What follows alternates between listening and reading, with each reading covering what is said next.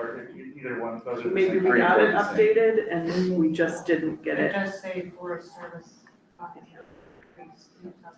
That was wanting, I wanted it on the agenda just to basically update them, but we had that work session. So you just scratch out. Good. Okay. I was on the phone, Amy called me, she's looking at these, so we're top three. Just Oh. figure it out. Yeah, I know. All right, good evening. Now that the technology is cooperating, I'd like to call this special session of the Board of Education of Clear Creek to order. It is 4:40 PM. Oh, with our county commissioners, such. We'll move to roll call. Roll call, Beers. Here. King. Here. Lynch. Here. McHugh. Here. North. Here. I would move to approve the agenda as presented. Are we amending it? No, I mean, we just not talk about the use tax thing. Okay. I'll second that. Agenda approval, Beers. Yes. King. Yes. Lynch. Yes. McHugh. Yes. North. Yes. All right. Well, thank you for joining us, making your way through the traffic to come up here. There were a couple things we wanted to talk about with you all. We wanted to start with the county budget, and you guys had a special work session about the Forest Service funds, and thank you so much for queuing me in to listen in. And in general, I want to say thank you, but I'll let you talk about it, and then we can all thank you. Turn it over to George. Okay, yeah, we have tomorrow a mid-year update on our budget. To be honest, I'm not completely familiar with the material that's in there. We know that sales tax receipts have been below projections in some cases, and in other cases where projections were lower, they met those projections, but so sales tax is soft. We're expecting a little bit of an increase because we weren't able to realize all of the increase from the assessed values last year. And so in this mid-year budget update, we're going to be taking another look at some of the budget decisions we made 6 months ago. So keep your eye out for that. We had a work session just last week about this interaction between PILT and secure rural schools, Forest Receipts funds. The state asked us to, every county, to just like reconsider whether we want to go under the old SRS formula or a new one. We have long stuck with the old formula, which to a great degree maximizes our revenues. And we asked them just to, because we have new staff, to kind of redo the math on PILT and SRS. And so the context for all of you is that SRS funds 25% statutorily has to go to school districts, 25% goes to road and bridge, 50% the county can choose whether it goes to the school district or it goes to road and bridge. If we choose not to give it to the school district, then those same dollars, our PILT allocation is reduced by those same dollars. And so we have always given the 50% to the school district because we get the same dollars either way. The reevaluation of that is that situation is largely the same. There's a scenario where our population grows to more than 50,000 and that math changes a little bit. So we wanted to make sure to be really clear in this work session that until we hit a population of 50,000, this is going to be the way it's going to work. I say that tongue in cheek. I don't know if we'll ever hit In our the lifetime. goal of being 50,000. Or have enough housing, yeah. Yeah, I don't even think that's a goal. So that's the update on that. Jessica, I know you listened in. I don't know if you have any other context. Again, I'm just grateful for you as a team saying that you want to prioritize those dollars coming to education, because it makes our finance folks that much happier to know that we can start to kind of count on those dollars as long as the federal government continues to are paying those dollars out. So unless something changes at a higher level, it was nice to hear that, yeah, we're in this together. So thank you.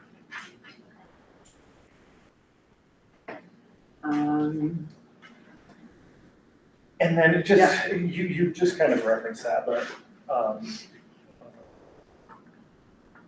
forest receipts Mhm. may decline significantly.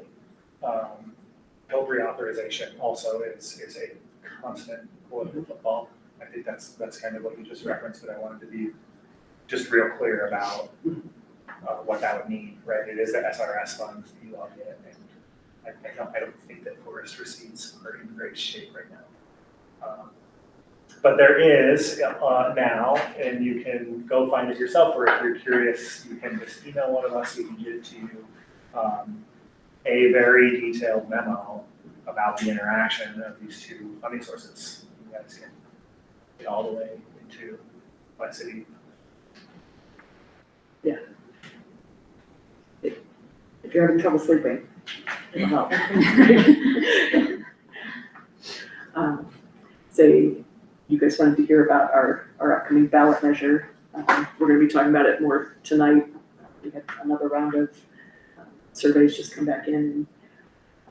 So yeah, if you tune in a little later, you'll get to hear us receiving more information about it. But I don't know if there's a highlight you'd love to share. I think right now we had a little bit underwhelming participation, probably because I think it was in July, and so people may have been either survey fatigue or on vacation. This is our second one. So we had a lower number of people who completed the survey, but of the folks who supported, is larger amount of people supporting it than not supporting it. So that's a good thing to see. Have you guys had further conversations about the language itself and the dollar ask, the number of those? So that was part of this survey, was to look at the language, and so we'll be discussing that tonight. We have an attorney from Kim Crawford, you probably know her. She's the one that does that language. She's gonna present that tonight to us to kind of see if we understand and that makes sense to our voters and what we're asking for. You did fill out the survey, right? We did. Oh, did you not get it? No. Okay.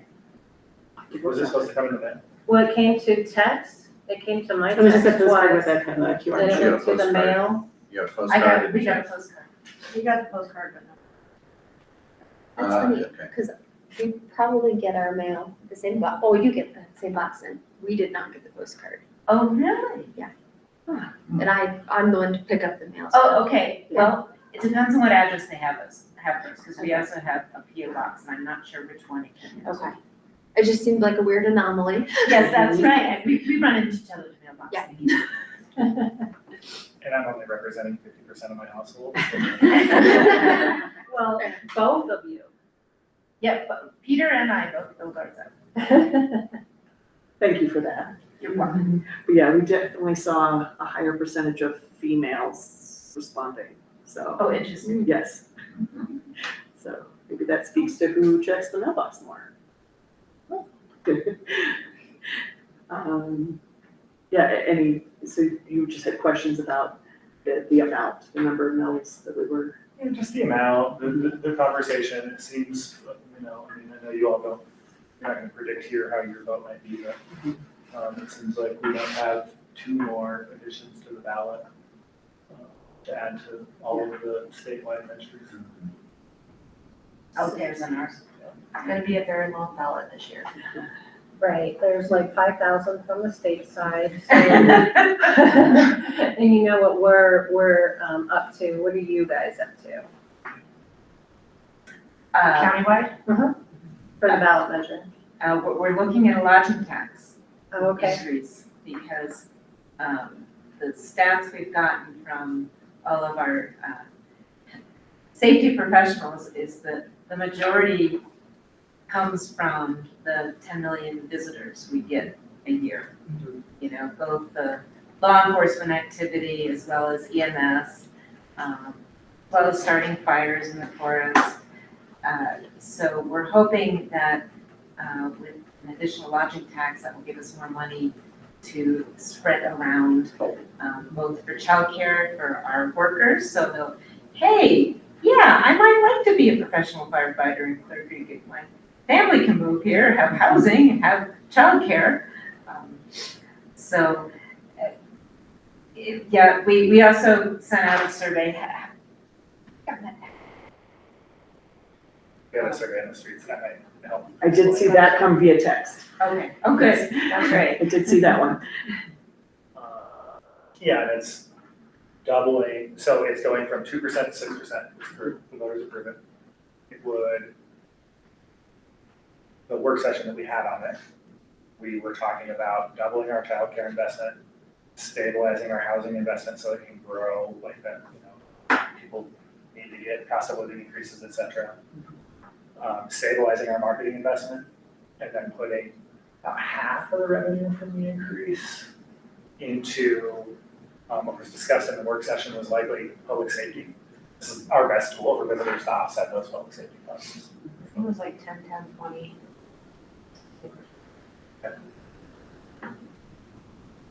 Yeah, I hear more and more the frustration of our citizens for footing the bill for the I-70 activities and Argo activities. Like the West End is not appreciating all of the county resources going to that side when we just approved, the tax increase Right, for exactly. everybody. Yeah. Right, but we're seeing the calls, we're seeing. We feel the same thing on the east side. I'm sure you do, right? So west east, we have a little bit of a common ground there, but yeah, it is disparate, and it's disappointing that the federal agencies haven't figured out how to supply that service within our communities without it being on the backs of the community. It's horrendous. We're working on it. We talk to CDOT, we're always asking ways to, for them to come to the table and realize that we need a partnership to help pay for these services that we provide as a county. And I know the unincorporated area, just, except for the Evergreen side, just got their mills doubled for emergency services, so, yeah. Yeah, no, Evergreen Fire Rescue is on the ballot for increasing. their Oh, budget. sure, They are right. every year. We just caught up to them. Yes. We'll keep setting the bar for you. Do you feel like you go in front of the legislature or the governor's office to talk about tax on recreational activities? Oh my gosh, that's been a long battle. The Have another- current governor, for sure. Yeah, have another legislator who's supporting us this year. Yeah, we definitely, with the two that we're running, Bennett and Bill, whenever we would have a function with them, we would throw those questions at them to just, they're not gonna answer that, they're not gonna say, yes, I'm gonna do this for you, but we've definitely been putting the bugs in everybody's ears. Are either of our representatives being part of that, Leslie or Dylan? They're both very familiar with the issue. Dylan Roberts ran both the expansion of the lodging tax so that we can invest in childcare and the increase from 2% to 6%. Good. He will consistently be a partner for us as concepts feel viable in the capital. Right. He's not much into tilting at windmills, maybe unlike some of us in this room. But we continue to make progress with counties around the need for solutions in this arena. 52% of counties in the state of Colorado last year did some sort of a dramatic budget reduction, hiring freeze, layoffs, cutting back projects. 75% of counties in the state of Colorado report fiscal stress. And so I really think that we will start to see, I don't know if it will be a recreation services tax or something else, but I think we will start to see ideas around how county governments and local governments can expand services, be more popular.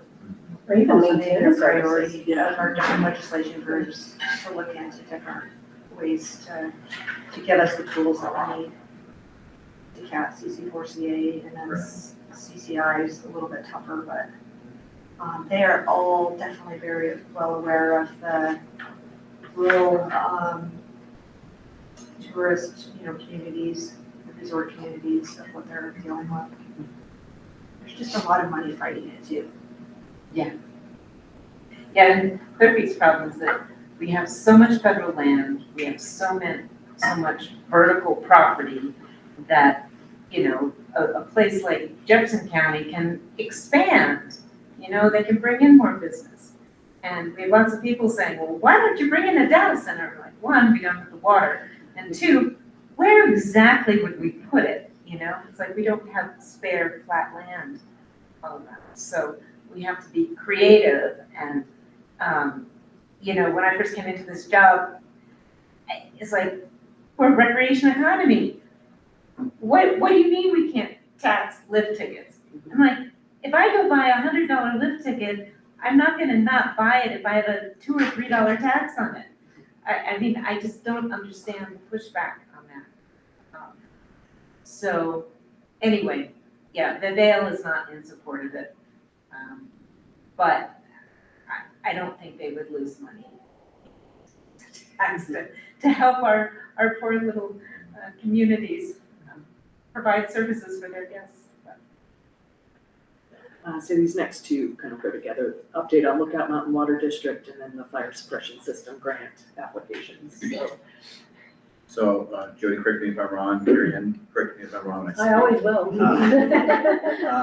So right now, we're still having, we were up until recently having regular meetings with Lookout Mountain Water District, the county, and Evergreen Fire District. And so we're working towards applying for grants. Right now, we have the DOLA grant for administrative fees. So it's a matching grant of $50,000, $12,500 from Lookout Mountain Water District, and hopefully the board tonight will approve $12,500 from the district to go towards the application for figuring out what it's going to take to build a storage facility at the high school for water and the infrastructure that goes along with that. And that will help us kind of get a sense of the scope of future grants that we're applying for. So that one's still on my desk. Colton did respond to me, giving me the mineral information, which is interesting, the mineral information about the county and the application. So I have that to add to the document, and then we're looking at some other grants. I did get an email from your grant writer, I believe, from county level. We don't have. Someone, came from somebody, maybe, yes. That's our finance director. Okay, and so I didn't read the full thing, I just saw that we would qualify for potential grant through that she found us to look Okay, at. I'll jump on those because I feel like we've talked about this for a long time. And either you need to hire a grant writer or, you know, just sit down and fill these out and get somebody to review them before you do it. Right. Because this is critical for our county. I mean, it's like, It's not like they haven't been working at it. We've been scouring all of the grants. You know, when we have these Lookout Mountain Water Districts, we have meetings, we have a whole spreadsheet that the whole group is looking at and scouring. Every entity is putting each one of those grants under a microscope. So I just want to make sure you understand, we haven't been sitting on our hands. okay, but you guys don't have a grant writer, right? No, who can afford a grant writer as a school district? So we're looking at getting someone who will do that work for us, because we do have current grants for educational purposes, Right. and see if they can take some of their time, carve some of their time to look at the documents and fill this out for us. Yeah. We were hopeful that, as we wrote in a letter to you, that the additional funds, the kind of the surprise money that came through SRS would help pay for that grant writer. Right. You know, we're maybe not as worried as you are, I don't know, but we're very worried about the future of this building, and that would give us some comfort. We are too. I mean, We have plan Bs, plan Cs. We are extremely worried. We know it's your problem. yeah, I mean, the fire department's basically said that if we don't have water, we can't keep the school running. Well, I mean, aren't you like starting school like now? So right now, the water district is on hold with their project.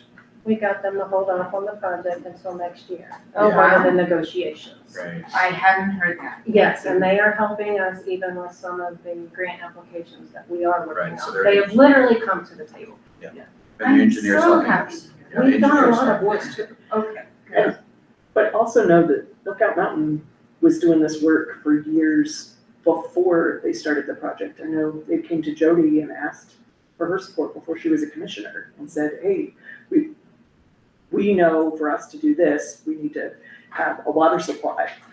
And until September of last year, we understood that they were building that for us. They came to a study session. We asked questions like, what does that mean? Like, how do we maintain it? And then it was like 2 weeks later, they came to us and said, you get to pay for it yourself. They So, went back to their water, customers, and the water customers said, no, we're not Yeah. participating if it means putting our money to build a tank on this school. They So- said, no. they changed Okay. the topography. Like, it went from, So that was a year ago, that was September. And then since then, you've been trying to find grants. So we've been going Yeah. through, Colton's been a great source to his connections to, because we don't have those connections for those type of grants. I met with Todd Leopold, who's been really helping us with DOLA He's been funds. great.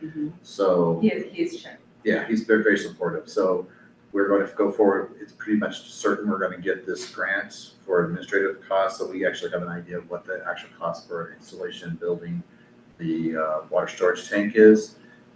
Lookout Mountain Water District, their water purity is meeting the state standards and the federal standards right now, but they are flushing their system frequently and they're worried about the loss of water, especially with the drought we're in right now. So they are a little bit more excited to get this project going because of the fact that they're wasting a lot, let's say flushing, wasting water as they flush the system regularly to meet the standards. So at the last meeting, they were like, let's get this going here. And so it's been great working with Colton. He's been very good about his ear to the ground as far as grants are out there and helping us. Great. And so I believe he introduced me to Todd. So we've been in conversations and he's been very supportive about moving this forward. He understands our concerns. And so hopefully we'll get this first one as we should. And then we'll start applying for the ones I saw today that came through and any other ones that come along. A lot of times they say things, but there's such a just interesting dynamic and we're a school district and they ask for people who are never agencies to apply for them. So it makes it kind of a strange application process. And that's where we're kind of trying to figure out how do we fit into that niche Yeah, because the definition. the grants aren't School doesn't necessarily fall for a into either school category. district. So even though there are grants out there, we don't necessarily qualify for them. Now, that last grant, Jody, that we were looking at with the Lookout Mountain Water District that Colton had put together for us, I understand that there could be a little bit of a burp that maybe it's better that Lookout Mountain Water District apply for that grant. Because it's community? Oh, is There's there? that early fund. Because they're federally funded. So it could be, and we feel comfortable having that discussion with them. Okay, because I'm really nervous, because what I've heard in the past, that they weren't terribly trustworthy. So if they say, oh yeah, we'll apply for a grant for you, I'm like, we need to have a plan B and be working on our end too, whether it's, PILT money or the DOLA grant money. I mean, if you've got an application, not really sure if you qualify for it, I'd be more comfortable if you said, and we're having an expert take a look at this and advise us on it. Yeah. Because we could lose money that we can't afford to lose. the fortunate thing is Will, who's their engineer that they contract with, he's been very helpful in filling the applications out because he has a lens of an engineer, which really is the approach most of these grants want. I come from that soft skills of teaching and education, so We forth. got the grants for them. He got right. He knows how to write it for their lens of readers. So he's been very helpful, and so he helps the framework of the current application for DOLA. And so we filled our portion out. We're gonna add Colton's in there and submit it. And hopefully, as everything goes to plan, we'll get those funds. We'll start that work. But it is unique that we're not in the field of areas they're looking for, the connection. We're not a fire district. We're not a mining operation. We're not lumber. We're not things like that. So it makes it a little bit like which ones do we fit into? And then when you find those, you have to fit into the different categories, which we learned in the last grant, that this year we're not funding those type of grants. And you're like, oh, we lost that one. So We have state representative reps looking for our grant opportunities and sending us, information as well. And just a pitch for our poor county manager. he is incredibly overwhelmed. He came in as the assistant county manager, and we had 2 county managers. Now it's just him because we can't afford anybody else right now. So it's not really his job to work on grants for you. I mean, we all know how important the school is to our community, and we want to support you, but please don't feel like you can just put things on Colton, because he's very conscientious, he's very smart, he wants to help, but there are a lot of other things he needs to be doing Yeah, as we're well. not asking him to write any grants. And we didn't in the He's- beginning. He's no. the one that stood up and said, we will take care of this. Right. So one of the things that's been really helpful is, I don't know, like, the current one, we have to have mineral information. I have no idea where to gather the information.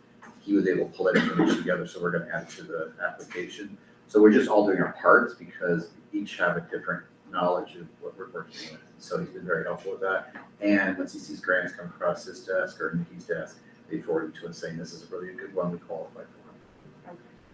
And if you need any advice on writing that grant, do you have someone you can turn to? So we currently have an engineer from Lookout Mountain Water Districts working with us. We also have our engineer on contract too, from the company that will build the storage tank. Oh, okay. So we have them on part of our plan, and then we are looking at hiring, once we get the school year started, we have some time to carve out and post the position. We're looking at someone to help us with our current grants, that we hopefully can have them move into that area and take some of it too. Oh, good luck with that. But it should be a short-term thing, because we're not going to be using a lot of time writing grants in the near future for water storage or forestry work, but at least we can get some headway on this. Thank you. You're welcome. Okay.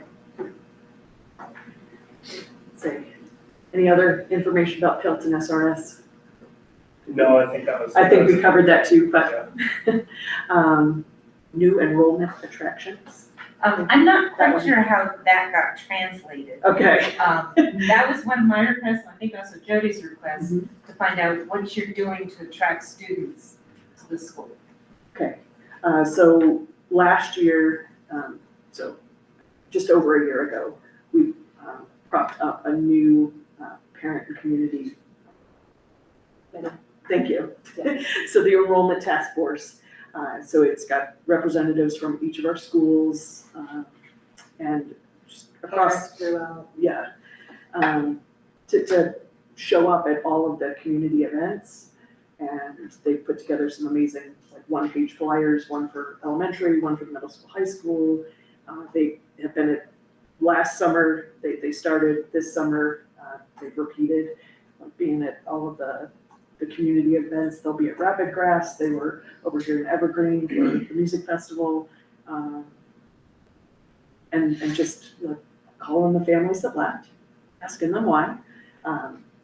They followed up with them this summer and said, hey, here are some changes that we've made, and maybe you'd like to come back and take another look. So that's been one of the biggest things, but then we've added some new curriculum. So at the middle school, high school, our seniors have an option this year for a rec and tech class that will take them outside of the building. They'll spend some time down in Denver. They'll bike and ski, which we have focused on in the years past, but I don't know, I'll let you Sure. take So the. unique to our program as compared to Warren Tech, because our students will get certification programs more than they'll get through Warren Tech in the outdoor rec and tech industries. So avalanche rescue, water rapid certification, so forth, EMS certification, some portions of that. And so that way they could seek out future employment in our community if they wish to do so, or if they would move on to whatever that other job, might be a job or college, they could do that in their free time, summertime, things like that, if they wish to do that. The other thing we're doing is we brought in CDLS, which is an online program. It's pretty comprehensive. And so we're really reaching out to those families whose students might be athletes and need some flexibility with scheduling because of their competition schedule and so forth. We're also looking at our homeschool families and saying, hey, would you be willing to have kind of an opportunity of having online courses, but also have a hybrid where you can come to the building, do half and half or some variation of that. So we're trying to find out where to meet the needs. We do know we have a large number of folks who are choosing alternative education opportunities. And so we want to make sure we meet them where they are to provide that support. So this is new to us, and we're trying to start seeking those out. We've got it up on our website, part of an enrollment process. They can talk to Michelle about it too, to get more information about how to register. The counselors here are very well versed in it, and they're in the process of helping people say, how can we make it work for you, of education here in Quigley County. So we have the enrollment task force, CDLS, outdoor rec and tech, and then we have our social media and our communications going out to say, hey, here's the great things happening in your district, so they know about those. Now, for some of our families, what they're doing is that competition is struggling with enrollment too, and so they're really hitting community hard to attract students to go to Evergreen for the Rocky Mountain Academy and things like that. So we're seeing a lot of that impact because I'm really working hard to attract families from this community. And return on investment, are numbers up just a little bit? Too early to tell. We'll let you know in October. Oh, that's right, Yes. that's the count date, Yes. right? Yeah. Yeah, I had this on here, and it would be more appropriate for October. What I was interested in is this childcare, the Smart Start Scholarship Program that we have during the summer.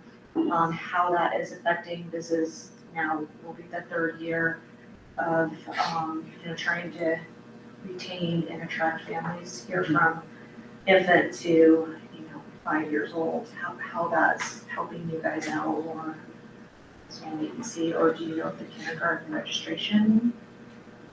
We will know. So the pre-registration for preschool was looking up, but until, everybody gets their final assignments and kids actually show up, it really is hard to really tell. So we were, I think, being very conservative on the Carlson side, but also on the King Murphy side, because Parents have a tendency to sign up for multiple schools and hope they get their first slot. So certain schools in the Jefferson County area or elsewhere have popularity of program filling up. And so they basically said, if I can't get in this school, I want to be a King Murphy. So we're just trying to be very thoughtful, or Carlson too. So we want to be very thoughtful with the numbers we're seeing right now, make sure that we don't overproject ourselves, but at the same time, we make sure the staffing is there for the students who do enroll in the classes. Right, thank you. and then old Carlson updates. Back to the drawing board, What? back to the drawing board. Or? The The- old Carlson, our developer was denied. Right, Yeah. not the old high school, the old college. Oh, yes. Oh, see. Okay. Yeah, how's that going? So again, back to the drawing board, this just happened a few days ago, so we still need to make a decision on how we're proceeding. City council declined their Application. application, so. So our contract with our buyer has been terminated. Oh, I'm so sorry to hear that. Yes. Oh, no. Got a grant writer for that? Well, what was the, city council's rationale? It comes down to parking. I'm just not even gonna speak to it. I'd say listen to the meeting. Maybe George can speak to it, but my emotions are a little too much in it right now. So it's a little bit of a setback right now, but we are looking at what our next steps will be so that we can educate our community on what we're going to do. So we're just trying to fill out what other opportunities are so that we can. Yeah, I attended the council hearing and I spoke. And thank you for I would say doing that, thank you. George. Yes. The concerns from the community, I think, the one that felt insurmountable for that project was, it's a building that's right next to the historic district. And Idaho Springs Code talks about needing to conform with the historic district. And there's a lot of shoulds in there. And so there was a conversation about whether Idaho Springs really had the regulatory authority to say something like, no, this has to be broken. There were some concerns about how 50 families would move in and out of that block from like a traffic management perspective. And then a lot of concerns from the public that I think you could apply to any housing development anywhere here. My takeaway is that there's a big need to not just educate the community, but for the community's leadership to understand and express confidence around federal affordable housing policy. Mm. That works. There was a lot of things said that were just flatly untrue about how the A lot low of housing things. tax credit process works and the prices that people get. Yeah. And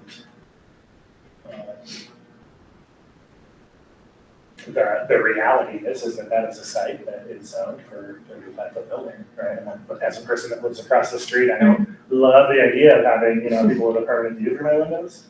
But it is a building, it is a property that is zoned for a big type of building. And what is it now? Yeah. 2 stories on the front. So yeah, I don't know the next step forward, and as an individual, I'm, have the least influence on this conversation moving forward. If this if this concept is truly on, I fear that, I understand that the school board would accept the highest bid for the property. We understand your financial issues. My fear is that a luxury housing development can meet those aesthetic standards. Mhm. And I know that's not what the community said they wanted. The community said if there's housing, it needs to be affordable. An option, and this may not be the best option, and I can't speak for the county as to how we would participate, but we did make an offer 3-4 years ago to help convene like a community design charrette that results in, a concept that is understood to be like economically viable, right? That can pencil, but that also matches, a more in-depth community visioning process. So it wasn't gonna be mixed, income housing, it was gonna be all affordable housing, All affordable housing. That's 60%, 60? 30 to 60%, habit AMI. Senior homes. Okay. From a pricing perspective, the best development proposal we've ever seen in this county. It was. Well, and were you, I feel like you were there when with, I think it was Mike Gass was the superintendent at that point. Before we even listed, we did have a community roundtable at Carlson. Yes, I was there. And that was the consensus that we came away with was senior and affordable housing. On top of that, yeah, we had that mailing survey, Yes. and we had the Clear Creek Economic Development Corporation compile all of that information as well as from the community forum, and low-income housing was the top of the bubble. I think it's the same thing that we're just like facing everywhere about so many different subjects. For Creek County, you always hear like, what do we want to be when we grow up? We're just at that stage now that we have people that are just anti-development. We have people that don't want affordable housing. I've been accused of that myself, living next door to the LDS church. And there's appropriate places for certain things, and I think we just need to find what this looks like in the future and where, when you talk about affordable housing, me personally, I see that more in the municipalities because the services that are there, there's the infrastructure. I know it was on Facebook that said, how come the county is not taking this on? Why does Idaho Springs keep having to do this? And then Georgetown always says the same thing, and it's because it's there. Like, that's where the kids can walk to school. They can, in some of these areas that do have some land, you're just sticking that, and you're sticking people that don't drive, or, I don't know what the perfect answer is. I just feel like when the decision is made and somebody does, we're just gonna be stuck with it. People are gonna complain, and then we're gonna just move forward. That's like all the decisions that we make, we're always making people mad. Unfortunately, I think the way that this happened and how frankly brutal it was, that I would question whether or not we ever get another developer in the area. Certainly for that spot, but not for Idaho Springs. The word on the street is stay away. Wow. Which is exactly what some people wanted, right? It's exactly what they wanted. But then when, I tell people like in my position, I took this position not wanting Denver to decide things for us or Summit County. I wanted to be here to have the community come together, and that is one project that I just watched fall apart. I didn't go and testify because I don't live there anymore, so, and I knew George was taking that on. He lives right there. I've got my own battles in my neighborhood. But I was at the Regional Housing Authority meeting last night. yeah, it's really tough right now, in the climate, the Charlie's Place, like, all the stuff that we're dealing with, and, I think we'll get through this, we've done it before. But I think also with the community, we've had different developments come in, and I think of the townhouses, way on the east end. And then when that time is up, then it's not affordable anymore, and This one is perpetually affordable. yeah, It and I was don't know locked. if people understood what exactly was being proposed. They have to apply for it again after, what was it, 15 years for a 30-year renewal. Even the field house, my son was looking it up, he goes, Mom, did you know that you can't make over a certain amount to get some of this? You have to earn less than $59,000 as a couple, two Oh, working my. people, to be able to get a unit there. But it's too expensive on the other end. He did say that, he's like, who is this person? Yeah. Like, what is this? Yeah, I don't know that they exist in our community. They've kind of ratcheted themselves in that little box.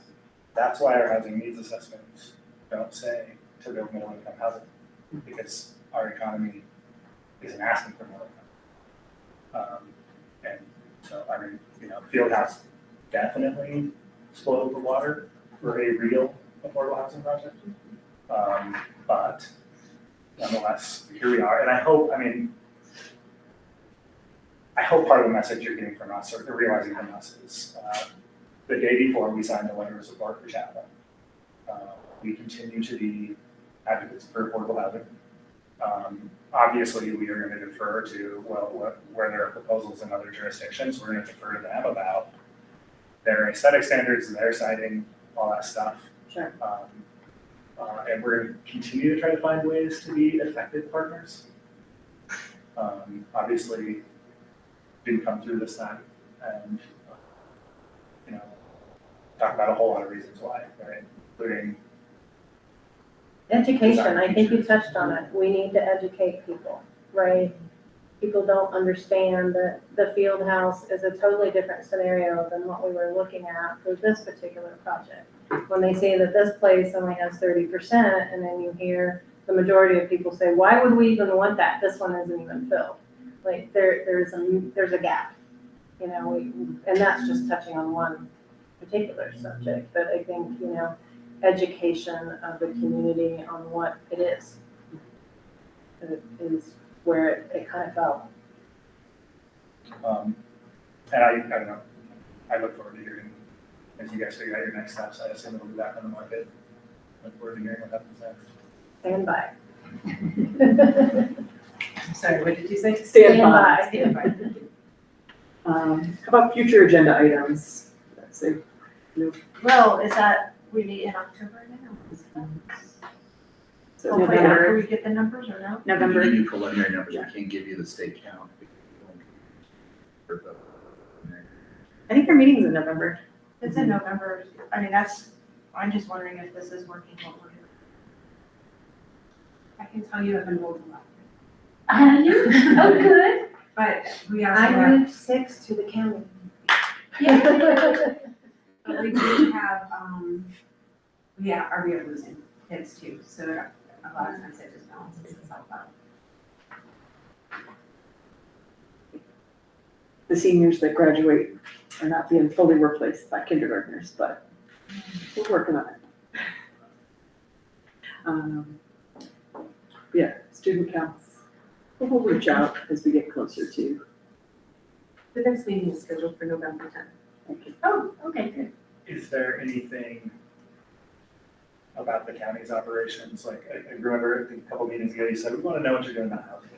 Is there anything like that that you all would like to give us a heads up about, that you want us to Yeah. talk about? Whatever? We should have ballot measures tabulated by that point, so we should know whether your measure passes, our measure passes. Yeah. The state ones that are passing as far as funding. That's what I would say.